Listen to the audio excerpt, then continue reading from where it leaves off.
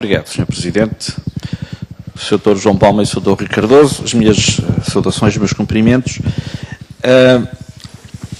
Eu não tive a oportunidade de ouvir a primeira intervenção inicial do Dr. João Palma, porque estivemos a discutir precisamente os meios, estamos também a discutir o Orçamento de Estado, e hoje teve que participar na reunião com o Ministro da Administração Interna, mas ouvi estive em grande parte desta reunião e há uma questão fundamental que eu queria colocar e que só posso colocar, de facto, ao Ministério Público, elementos do Ministério Público. Tem que ver com o seu próprio estatuto.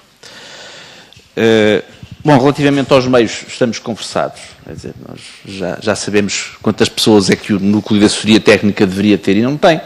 Já sabemos quantos assessores deveria haver e não há.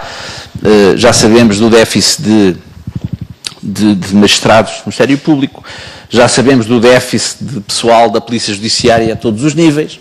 Bom, e é evidente que ou esse problema se resolve ou continuaremos durante muitos e bons anos a lamentar a ineficácia do combate à corrupção. Mas quanto a isso, enfim, não tenho nenhuma questão a colocar porque as questões estão claríssimas.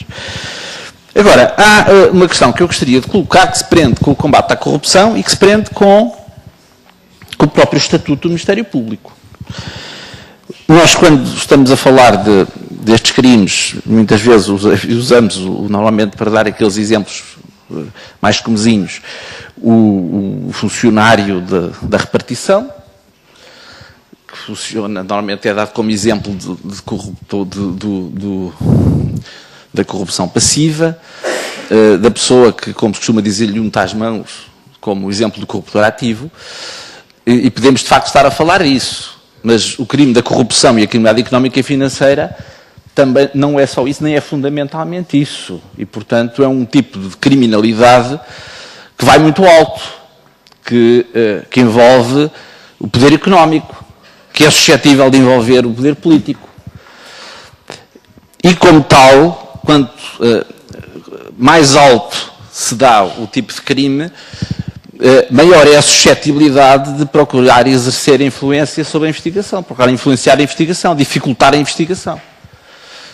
Ora bem, nós esquecemos das coisas muito depressa, mas não há muito tempo o Sindicato dos Magistrados do Ministério Público denunciou o facto de, em relação a um processo concreto, ter havido pressões exercidas sobre os magistrados que estavam encarregados dessa investigação.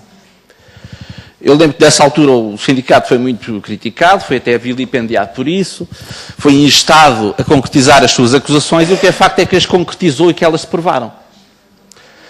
E, portanto, foi provado. E enfim, como as coisas são conhecidas, toda a gente sabe, o Dr. Lopes da Mota foi sancionado pelo Conselho Superior do Ministério Público precisamente por ter feito pressões sobre delegados procuradores da República, e isso foi provado. Peço desculpa por esta pressão insólita exercida por telemóvel. Mas, portanto, isso foi provado. Que o sindicato tinha razão e que essas pressões existiram. Curiosamente, enfim, ou sintomaticamente, enquanto falou-se muito disso, enquanto disseram alegadas pressões, mas caiu um profundo silêncio a partir do momento em que deixaram de ser alegadas para passar a ser comprovadas. E, enfim, estranhamente, fez-se um grande silêncio sobre isso. Mas não é sobre esse caso concreto que eu quero falar. A questão que eu quero colocar é esta. Efetivamente, a autonomia do Ministério Público é uma questão-chave do Estado de Direito democrático. Não haja dúvidas sobre isso, eu pelo menos não tenho. Mas a questão que eu quero colocar é se essa garantia da autonomia do Ministério Público, para além de ter uma dimensão externa, que tem que ver, obviamente, com a forma de designação do Procurador-Geral da República, não tem que comportar também uma dimensão interna. Essa questão foi muito discutida a propósito do Estatuto do Ministério Público, em face das últimas alterações que foram introduzidas no mapa judiciário, que, de certa forma, do nosso ponto de vista, põe em causa, ou seja, é suscetível, e aqui não estou a falar de nenhum caso concreto, estou a falar em abstrato, é suscetível de fragilizar a autonomia própria de cada Procurador da República, na medida em que permite que, a nível hierárquico, possa haver alguma manipulação dos lugares dos procuradores. Esta foi uma questão que nos preocupou quando a discussão do Estatuto do Ministério Público.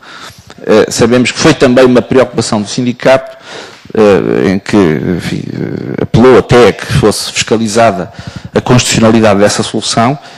E a questão que eu queria colocar é precisamente essa. Até que ponto é que consideram que, face ao ordenamento jurídico existente e particularmente ao Estatuto do Ministério Público, tal como foi configurado nas alterações ao mapa judiciário, que esse modelo é suscetível de fragilizar a autonomia própria de cada delegado do Ministério Público no exercício das suas funções em geral, evidentemente, que me parece particularmente sensível no caso da corrupção, por ser um crime relativamente ao qual os apetites de influenciar a investigação são naturalmente muito grandes. Muito obrigado.